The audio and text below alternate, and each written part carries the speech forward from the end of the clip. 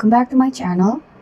Hari ini kita akan melanjutkan membahas stage di dalam hidup berjalan dengan Tuhan dan di dalam Tuhan, dan masih di fase relearn. Setelah sebelumnya kita sudah membahas tahap find me, lalu kemudian humility. Selanjutnya yang Tuhan suruh saya, perintahkan kepada saya untuk menyampaikan adalah know your identity in Christ. Ketahui siapa kita di dalam Kristus. Kalau yang menonton video saya yang 2 sebelumnya, saat itu saya sempat mengatakan bahwa setelah tahap find me akan mulai muncul serangan, the attack. Saat itu saya berpikir bahwa tahap yang selanjutnya adalah the attack atau munculnya serangan-serangan. Tetapi ternyata our God is so strategic. Tuhan kita itu sangat strategis, sangat luar biasa, sangat beyond our comprehension, melebihi daya nalar kita. Jadi setelah saat itu saya berpikir bahwa yang selanjutnya yang mau saya bahas adalah mengenai serangan-serangan yang muncul. Tetapi ternyata Tuhan langsung menyampaikan, no. Yang harus kamu sampaikan adalah know your identity. Ketahuilah identitasmu di dalam aku. Dan ketika saya mendengar perintah itu, I was like, wow. Karena apa? Karena Tuhan tidak mau we give the credit to the demons. Tuhan tidak mau kita memberi energi yang lebih kepada iblis dengan membesarkan mereka, lebih kita pikirkan. Sedangkan yang Tuhan mau adalah yang sebaliknya. Kita mengetahui siapa kita di dalam Tuhan, yaitu kita adalah anak-anak Allah.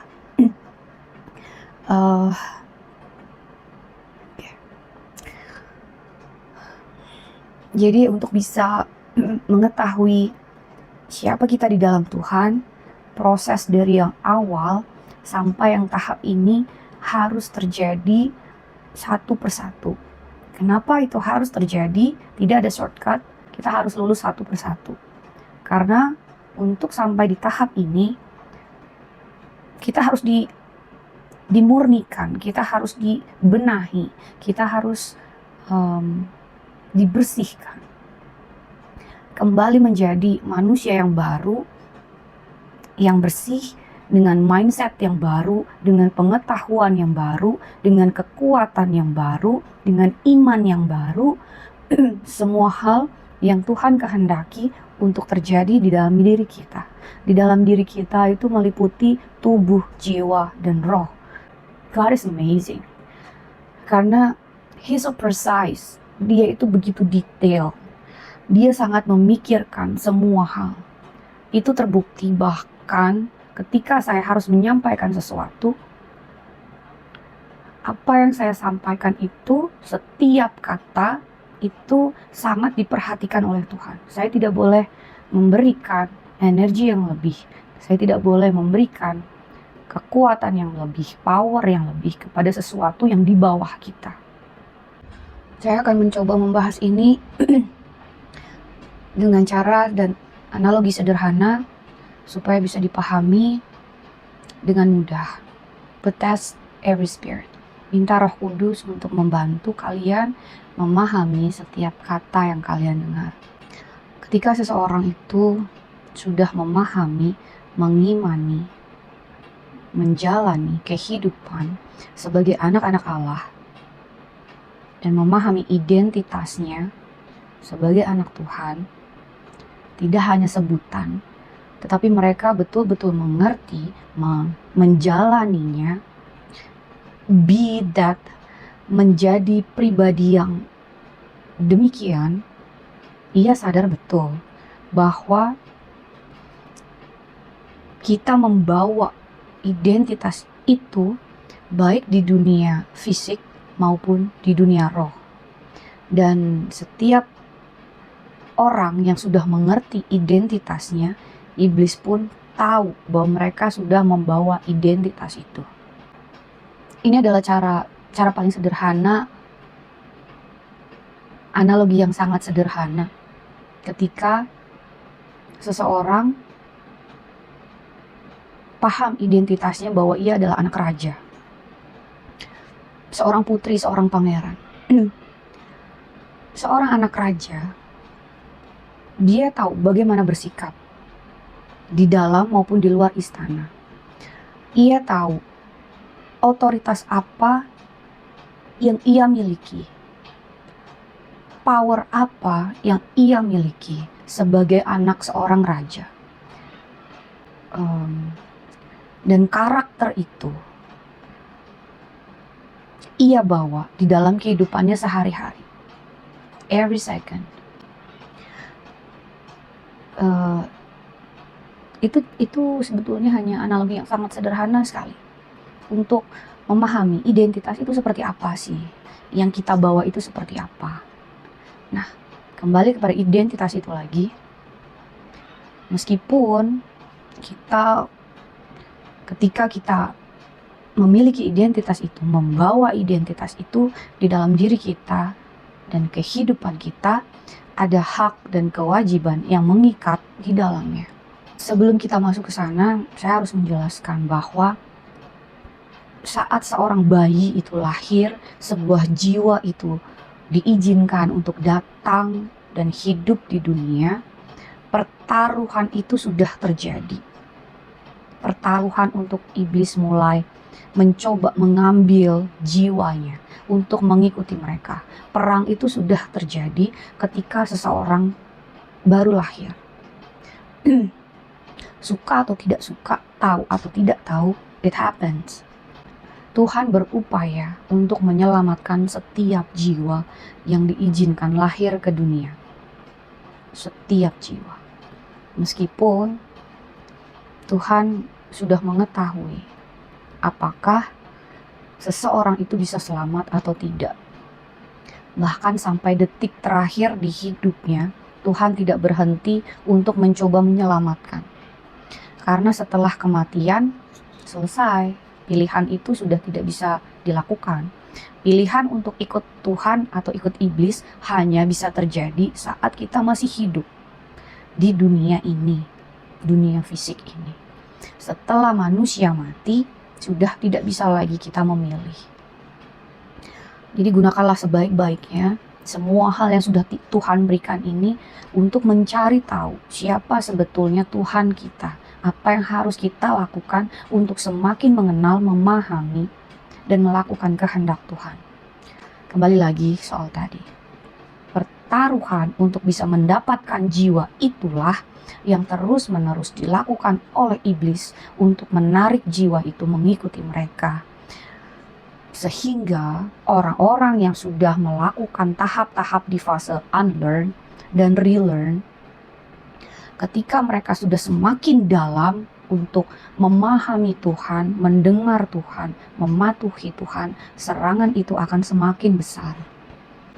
Serangan itu bisa berupa banyak hal.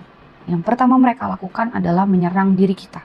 Serangan ke diri kita itu bisa melewati pikiran kita. Intrusive thoughts, depression, kekhawatiran berlebihan, overthinking, sampai ke trauma, sampai ke luka hati yang tidak sembuh, yang bahkan banyak orang tidak tahu bahwa mereka memiliki luka hati yang sangat dalam, sehingga mereka menjadi sangat reaktif terhadap sesuatu ketika itu terjadi. Dan serangan itu juga bisa melalui fisik kita, sakit penyakit, bisa melalui hal-hal yang berupaya mencelakakan seseorang. Itulah alasannya kita harus berjaga-jaga setiap detik. Jangan berpikir untuk bertobat itu pada saat nanti, atau tidak mau mengenal Tuhan lebih dalam hanya karena kita sudah merasa I'm okay, hidupku baik-baik saja. Aku tidak perlu merasa harus mengenal Tuhan lebih dekat, apalagi harus belajar mendengar suara Tuhan. Asalkan aku sudah begini, sudah begitu, aku rasa aku baik-baik saja. That's a trap. That's ego trap. Kembali lagi ke identitas di dalam Tuhan tadi, kenapa itu sangat penting. Jadi ketika serangan-serangan itu mulai terjadi, dan beberapa orang baru menyadari serangan itu terjadi ketika mereka baru menyadari kembali di dalam Tuhan. Ada yang harus mereka lakukan. Beberapa orang yang lain sudah menyadarinya bahwa ada sesuatu yang tidak beres sejak mereka kecil. Makanya banyak orang yang anointed by God, diurapi oleh Tuhan, itu serangannya sudah sejak kecil. It happens for a reason. I've been there. Jadi ternyata hal yang diizinkan untuk terjadi dalam hidup kita, bahkan sejak kita kecil, diizinkan terjadi untuk menempa kita karena kita memiliki jiwa yang sangat kuat. Dan iblis tahu. The anointed people, mereka gak akan membiarkan begitu saja orang-orang yang hendak dipakai Tuhan untuk menyebarkan kebenaran, untuk membantu Tuhan, untuk menyelamatkan orang lain, dibiarkan hidup nyaman. Inilah pentingnya mengetahui identitas kita di dalam Tuhan. Ketika kita mengetahui siapa kita di dalam Tuhan, kita membawa that I say this with humility. Saya mengatakan ini dengan kerendahan hati, bukan untuk petantang-petenteng. Aku anak Tuhan. No, I say this with humility. Untuk berbagi pengetahuan, testimoni bahwa setiap hal itu bisa kita batalkan, kita hancurkan, kita usir dengan kuasa Tuhan. Karena otoritas itu pun bisa kita pakai. Kuasa itu bisa kita pakai dengan izin dan kehendak Tuhan. Saya sudah belajar, saya sudah mendengar Tuhan bahkan sebelum saya mengenal Tuhan. Tetapi saya baru mengetahui identitas saya di dalam Tuhan ketika saya mulai berjalan bersama Tuhan. Dan dengan proses itu Tuhan memberitahukan kepada saya apa yang bisa saya lakukan di dalam hidup saya dan orang-orang sekitar saya dengan kuasa, dengan otoritas tersebut. Jadi tidak ada yang harus saya takuti. Tidak ada. Hanya Tuhanlah yang saya takuti. Takut dalam arti hormat. Selain itu, tidak ada yang saya takuti. Karena saya mengetahui memakai identitas tersebut di dalam kehidupan saya sehari-hari. Kenapa ini penting? Sangat penting. Karena ini bisa digunakan untuk menyelamatkan diri kita dan siapapun yang Tuhan perintahkan untuk kita bantu, kita tolong. Ini baru sebuah pengantar. Karena untuk lebih mengetahui identitas kita di dalam Tuhan, saya belum tahu ada berapa lagi hal-hal yang harus saya sampaikan. Tapi melalui pengantar ini, saya harap siapapun yang mendengar ini mengembalikan pertanyaan itu ke dalam diri sendiri. Siapakah aku? Mintalah Tuhan memberikan spirit of discernment, spirit of wisdom, Minta Tuhan untuk memberikan pencerahan, mengajarkan segala hal tentang identitas itu bagi kalian semua. Semoga pengantar ini bisa membuka sudut pandang yang baru, bisa semakin memperdalam keimanan kita kepada Tuhan, menolong siapapun yang mungkin saat ini sedang merasa lemah di dalam iman, merasa tidak tahu siapa dirinya di dalam Tuhan, merasa tidak layak untuk kembali kepada Tuhan, yang masih merasa kebingungan. Give it to the Lord. Kembalikan kepada Tuhan. Tuhan, siapakah aku ini? Beritahukanlah aku, mampukan aku memahaminya. Dan saya tidak tahu apa selanjutnya yang harus saya sampaikan, tetapi bahkan untuk mengetahui dan memahami identitas ini, kuasa dan otoritas, dan semua hal di dalamnya, di dalam identitas tersebut, it's not just about saying, oh aku anak Allah, oh aku anak Tuhan. Ada sesuatu yang kita bawa. Dan sesuatu yang kita bawa itu memiliki tanggung jawab yang besar. Karena ada konsekuensi juga di dalamnya. Humble yourself before God. Selalu rendahkanlah diri kita di hadapan Tuhan. Bahkan ketika kita ingin mengetahui sesuatu, menanyakan sesuatu, kosongkanlah diri kita, pikiran kita, supaya Tuhan bisa menuang roh apapun yang kita butuhkan di dalam perjalanan kita untuk semakin memahaminya. God bless you. God bless us. I hope this helped.